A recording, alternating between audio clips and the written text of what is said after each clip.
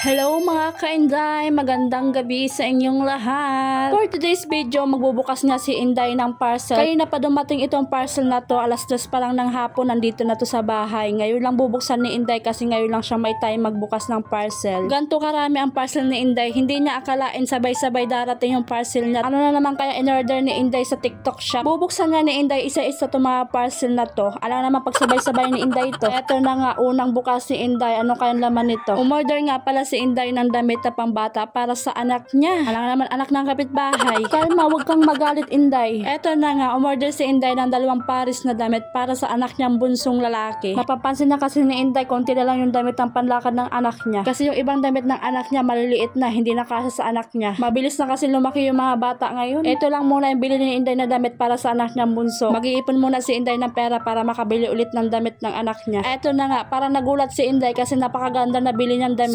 Sulit nga yung binayad ni Inday dito. Hindi siya nagsisisi kasi nga napakakapal ng tela na to. Hindi nga makapaniwala si Inday maganda ang nabili niyang damit. Kasi nga first time ni Inday bumili ng damit ng pambata sa TikTok shop. 2 color nga ang bili ni Inday na damit para sa kanyang bunsong anak. Merong yellow green tsaka ito yellow white. Kaya nga tinawag ni Inday na yellow white kasi yung t-shirt white tapos yung short yellow. Pangalawang bubuksan ni Inday, ano kaya itong laman nito? Bakit ganun? Parang bukas na yung parcel ni Inday. Sino magbukas nito? Ayan, umorder si Inday ng bag para lagay ng mga abubots niya. Para kapag aalis siya, ayan, dala-dala niya. Ito naman yung pangatlong bubuksan niyang parcel. Ano kaya ang laman nito? Ito na nga, alam na ni Inday kung ano ito. Umorder nga si Inday ng damit na pantulog. Parang magastos si Inday ngayon ah. Paano naman kasi dati, di naman siya buibili ng gantong damit. Pero ngayon, buibili na siya. Parang disappointed si Inday dito. Akala niya makapal yung damit. Manipis lang pala. Iniisip nga ni Inday baka ganito talaga yung damit na pantulog. Kasi nga, first time ni Inday bumili nitong damit na pantulog. Iniisip nga ni Inday kung kasya sa kanya itong damit na to kasi parang maliit itong nabili niya. Syempre, susukatin ni Inday para malaman niya kung kasya sa kanya o hindi. At kung sakaling hindi magkasya kay Inday, matik na to, mapupunta to sa kapatid ni Inday.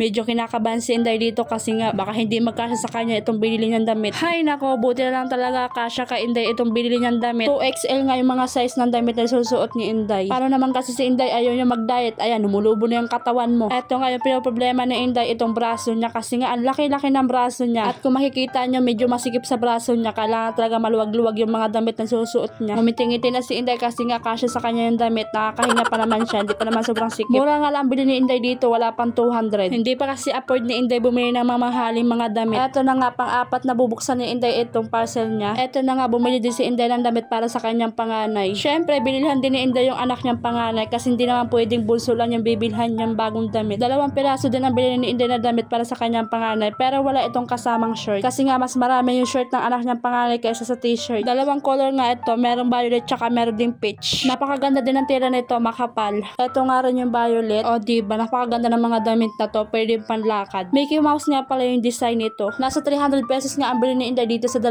damit na to. O diba, napakamura lang talaga sa TikTok shop. Ito na yung last na bubuksan ni Inday na parcel. Alam na ni Inday kung anong laman nito kasi nakakapa niya na eh. Ayan, umorder si Inday ng palinis sa cellphone. Kasi nga napapansin na ni Inday na marumi na yung cellphone niya. 7-in-1 niya itong palinis ng cellphone. Ayan, hindi na isa-isahin ni Inday yung palinis ng cellphone. Basta lahat ng dumi sa cellphone niya, ito na sagot, matatanggal nyo na lahat. Dito na nga tatapusin ni Inday yung video. See you next vlog. Bye-bye!